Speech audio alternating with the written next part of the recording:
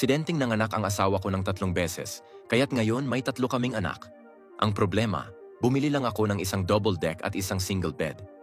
Araw-araw, nag-aagawan ang 3 sa kama.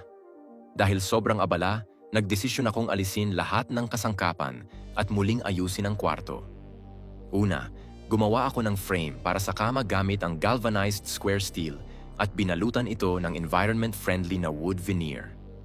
Nilagyan ko ito ng kutsyon para gawing kama ng anak naming si Marites.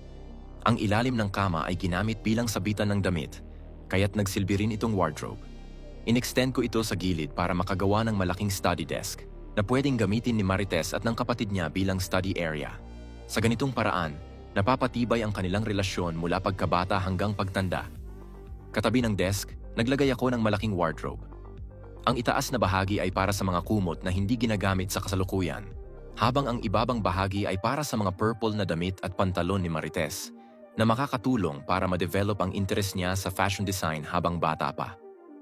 Sa tabi nito, inilagay ko ang mga gamit sa pag-aaral ni Marites.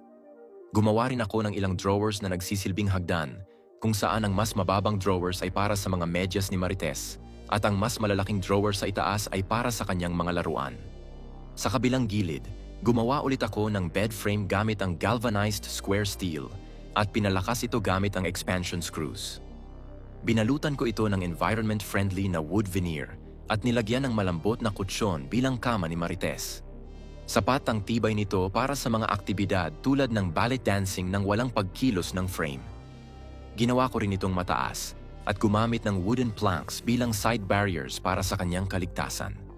Sa tabi nito, naglagay ako ng partition na nagbibigay ng maayos na bentilasyon at liwanag, habang nagsisilbing panangga sa hangin para sa kaligtasan ng mga bata. Para sa anak naming si Junjun, nag-weld din ako ng galvanized square steel para sa kanyang bed frame. Binalutan ko ito ng wood veneer at ginamit ang breathable ribbed frame para sa komportableng pagtulog. Sa ilalim ng kanyang kama, naglagay ako ng 3 malalaking drawer. Isa para sa mga medyas niya, isa para sa underwear, at isa pa para sa kanyang mga laruan. Naglagay din ako ng malambot na backing sa dingding para sa dagdag na ginhawa habang natutulog siya. Sa ilalim ng hagdan, gumawa ako ng cabinet para magamit ang bawat sulok ng espasyo. Inextend ko ito sa gilid para makabuo ng desk na magsisilbing study area ni Junjun. Gumamit ako ng gypsum board para hatiin ang iba't ibang bahagi ng kwarto at naglagay ng ilang makitid na stainless steel glass doors na translucent at opaque para mapaganda ang itsura ng espasyo.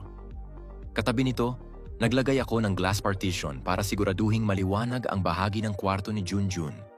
Ang upuan sa tabi nito ay ginagamit para sa pag-aayos ng kanyang mga damit at kumot.